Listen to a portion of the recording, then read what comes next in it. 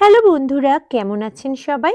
আশা করছি আপনারা প্রত্যেকেই যে যেখানেই আছেন ভীষণই ভালো আছেন। যেহেতু শীতকাল, শীতকাল মানেই কিন্তু বিভিন্ন রকমের খাওয়া দাওয়া। আর পৌষ সংক্রান্তি বা তার আগে পরে আমরা কিন্তু প্রত্যেকেই কম বেশি পিঠে খেতে ভীষণই পছন্দ করি।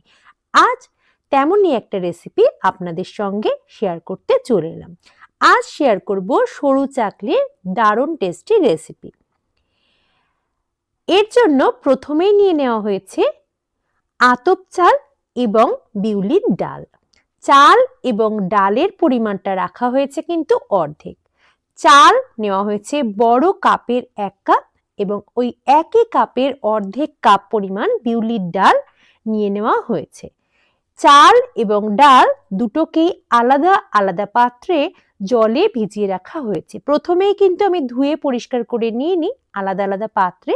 শুধুমাত্র ভিজিয়ে রাখা হয়েছে কয়েক ঘন্টা সময়ের জন্য, অন্তত 4-5 ঘন্টা। 4-5 ঘন্টা সময়ের পর চাল এবং ডালকে আলাদা আলাদাভাবে পরিষ্কার জলে বারংবার ধুয়ে নেওয়ার পর মিক্সিতে কিন্তু খুব ভালোভাবে মিহি একটা পেস্ট তৈরি করে নেওয়া হচ্ছে আলাদা আলাদা করেই। একসাথে এখনো অবধি কিন্তু মেশানো হয়নি। আর চাল এবং ডালের পেস্টটা করে নেওয়ার জন্য কিন্তু বেশ কিছু পরিমাণ জলও ব্যবহার করা হচ্ছে। দেখুন, একটা মিহি পেস্ট তৈরি হয়ে গেছে। এবার কিন্তু চাল এবং ডালের যে পেস্টটা মিক্সিতে করে নেওয়া হলো, সেই সমস্ত উপকরণটাই একসাথে মিশিয়ে নিতে হবে। চাল এবং ডালের যে পেস্টটা তৈরি করা হয়েছে সেটা কিন্তু একসাথে নিয়ে নেওয়া হয়েছে। আর এর মধ্যে আরো যুক্ত করা হয়েছে বেশ কিছু পরিমাণ জল। কারণ খুব মিহি পেস্টটা যদি না হয়, একটু পাতলা ভাবে পেস্টটা তৈরি করা না হলে সরু চাকলিগুলো কিন্তু খুব মোটা মোটা হবে, যেটা খেতে একেবারে ভালো লাগবে না।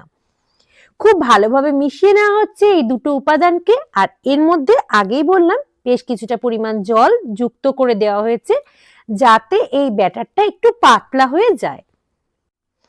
এর মধ্যে নেওয়া হয়েছে বেশ কিছু পরিমাণ লবণ স্বাদ অনুসারে। আর দিয়ে দেওয়া হচ্ছে একেবারে মিহি ডাস্ট নয়, এটা কিন্তু মৌরি গুঁড়ো। মিক্সিতে মৌরি গুঁড়ো করে নেওয়া হয়েছে, তাই দেখুন একটু দানাদারই রয়েছে।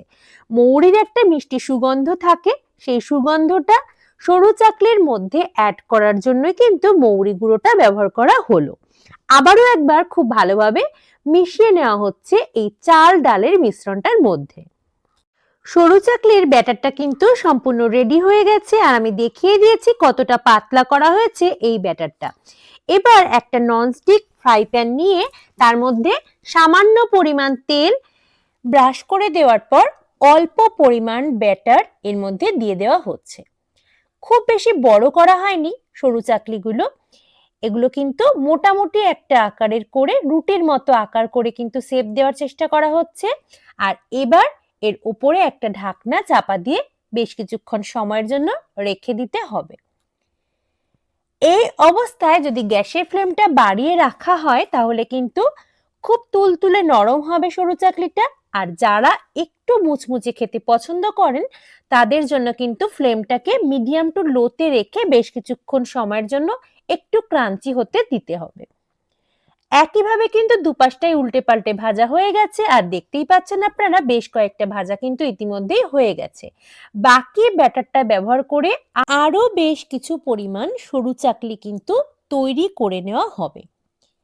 শুধুমাত্র চাল এবং বিউলির ডাল এই দুটো উপাদান বেশ কয়েক ঘন্টা ভিজিয়ে রাখা ছাড়া এই যে সরু চাকলি তৈরি করতে কিন্তু খুবই কম সময় লাগে, আর এতে তেলও লাগে নামমাত্র। টেস্টি টেস্টি সরু চাকলি কিন্তু একেবারে রেডি। আমরা কিন্তু কিছু পরিমাণ রাখার চেষ্টা করেছি একেবারে নরম, আর কয়েকটা করেছি একটু ক্রাঞ্চি।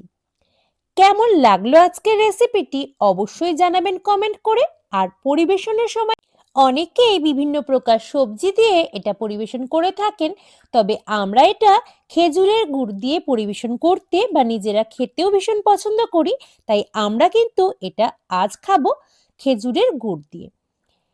কেমন লাগলো আজকের রেসিপিটি জানাবেন অবশ্যই। যদি ভালো লাগে আমার ভিডিওগুলো লাইক করতে ভুলবেন না।